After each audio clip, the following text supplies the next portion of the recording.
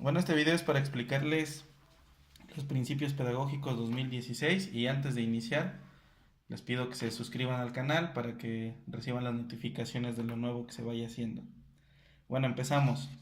¿Cuál es el primer principio pedagógico? Es enfocarse en el proceso de aprendizaje del estudiante. Al centro tenemos la relación dialógica entre el profesor y el alumno, tal como lo manifestó en algún momento Paulo Freire. Pero el profesor, cuando recibe un grupo, ¿qué es lo que debe de conocer de sus estudiantes? En primera instancia, los ritmos y estilos de aprendizaje de los mismos. Después, los reportes de evaluación, porque en ellos se manifiesta información importante para conocer a nuestro estudiante. En tercero, el archivo individual, el cual nos da una mirada crítica de cómo es el estudiante. Y el último, el archivo colectivo, es para conocer al grupo, cómo es y cómo trabajar con ellos. En esta medida el alumno es la parte esencial de nuestra práctica educativa. Esto es en contraposición con la educación memorística y mecánica. El segundo principio es tener en cuenta los saberes previos del estudiante. Es importante reconocerlos porque juegan un papel importante a la hora de generar aprendizaje dentro del salón de clases. En primera instancia, el profesor hace un examen diagnóstico, el cual nos da los siguientes contenidos. Es el punto de partida para el diseño de clase que irá en nuestra planificación. Esto nos ayudará a conocer a nuestros alumnos en tres variantes importantes: sus habilidades, sus actitudes y sus valores. El tercer punto es diseñar situaciones didácticas que propicien el aprendizaje situado. Esto se da a partir de nuestra planificación y de nuestras situaciones didácticas que generamos dentro del salón de clases. Estas circunstancias lo deben de acercar a la realidad y deben de ser circunstancias auténticas y que deben de estar fundamentadas en el aprendizaje basado en problemas que promueve el aprendizaje situado. A esto lo ponemos el aprendizaje en el centro. El cuarto de ellos es reconocer la naturaleza social del conocimiento. En este diagrama explico brevemente cómo es esto. Los estudiantes no solamente aprenden por sí solos, sino aprenden en comunidad. Y este estudiante que tenemos al centro trabaja cooperativamente y trabaja en grupo. Y en la medida que va socializando su conocimiento, va aprendiendo. Genera interacción social, colaboración, tutoría entre pares y la responsabilidad de aprender con el profesor.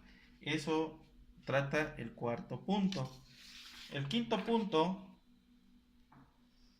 dar un fuerte peso a la motivación intrínseca de los estudiantes. Nosotros en nuestra planificación debemos ocupar estrategias de aprendizaje importantes para el estudiante, pero con una característica importante que es la interrogación. Esta interrogación nos va a llevar teóricamente a la metacognición, que es el aprendizaje que perdura para toda la vida. ¿Esto dónde lo vamos a manifestar? En nuestra planificación, que deben de ser estrategias relevantes para el conocimiento del estudiante. En sexto punto, favorecer la cultura del aprendizaje. Aquí nuevamente tenemos al estudiante al centro y el aprendizaje individual y colectivo, porque aprende de manera colectiva, pero no solo, sino también de manera individual. ¿Y cuáles son las características? La comunicación, aprenden del error, de la retroalimentación entre pares, que viene siendo la tutoría, la conciencia sobre su aprendizaje y la participación activa dentro del salón de clases. ¿Esto qué genera? Autoconocimiento y saber regular sus emociones, las metas personales educativas que tengan, gestión a tiempo para sus saberes y las estrategias de estudio que cada uno de los estudiantes ocupa. Esto al final debe generar autonomía en el estudiante. El sexto punto que tenemos es ofrecer acompañamiento al aprendizaje. ¿Cómo vamos a ofrecer este acompañamiento? A través de nuestra planificación, donde deben de ser actividades obviamente didácticas La organización de la planificación debe ser en distintas formas porque debemos de planear para todos los estilos de aprendizaje. Y acceso al conocimiento. En la medida que yo organizo mis actividades para todos, todos tienen acceso al conocimiento y estoy ocupando ya la diversidad de necesidades y estilos de aprendizaje. Es por ello que son importantísimos los estilos y ritmos de aprendizaje. El octavo punto es reconocer la existencia y el valor del aprendizaje informal. Sabemos, como profesores o estudiantes de una carrera afín a educación, que no solamente se aprende en las escuelas, sino que existe el aprendizaje informal que se da en casa, que se da con los amigos y que se da en diferentes contextos. Esto va a ayudar a convivir en una misma estructura cognitiva. En la medida que nosotros retomamos el valor del aprendizaje informal, estamos ayudando a generar nuevos aprendizajes en los estudiantes. El punto 9 es promover la relación interdisciplinaria.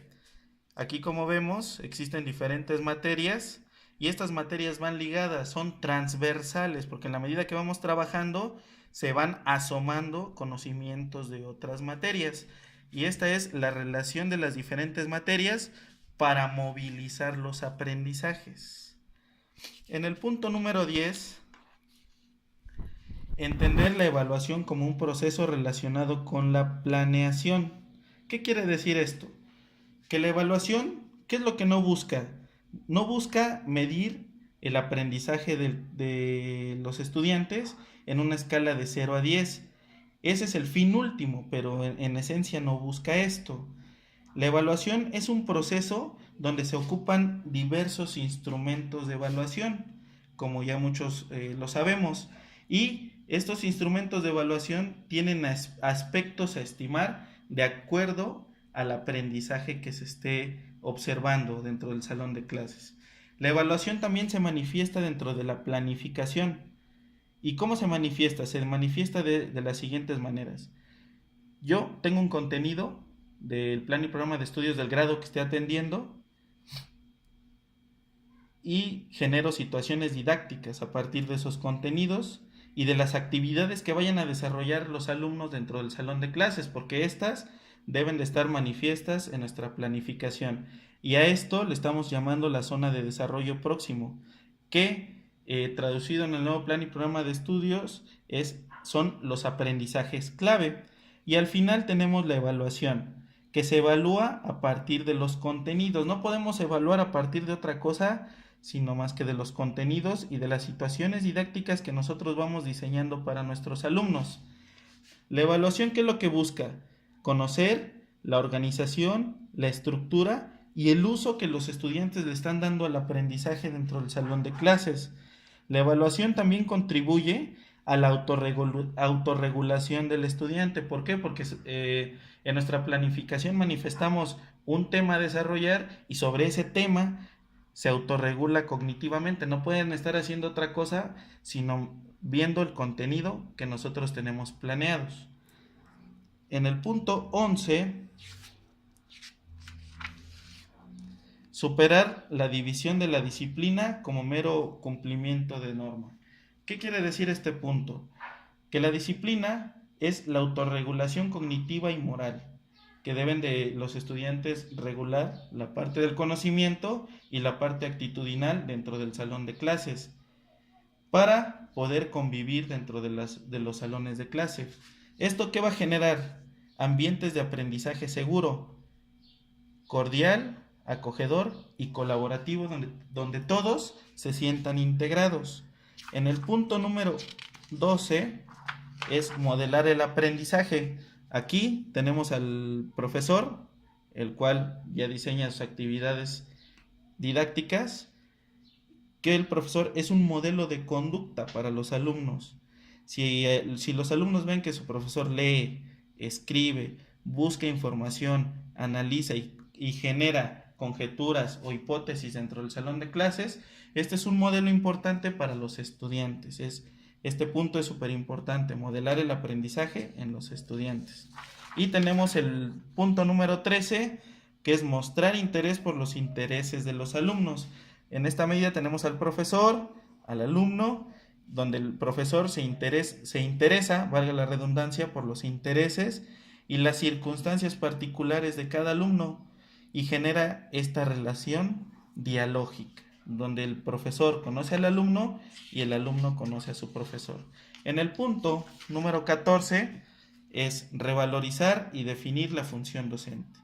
¿Qué quiere decir esto? Que el profesor debe ser la guía de las actividades educativas, debe generar condiciones adecuadas para desarrollar los aprendizajes, favorecer a cada alumno, no hacer menos a nadie, integrar las tecnologías de la información y la comunicación, contagia el disfruto por aprender y conoce los factores que pueden inhibir el aprendizaje. Y justamente al final reflexiona sobre su práctica cotidiana. Bueno, esto es todo. Espero que esta información les sirva y muchas gracias.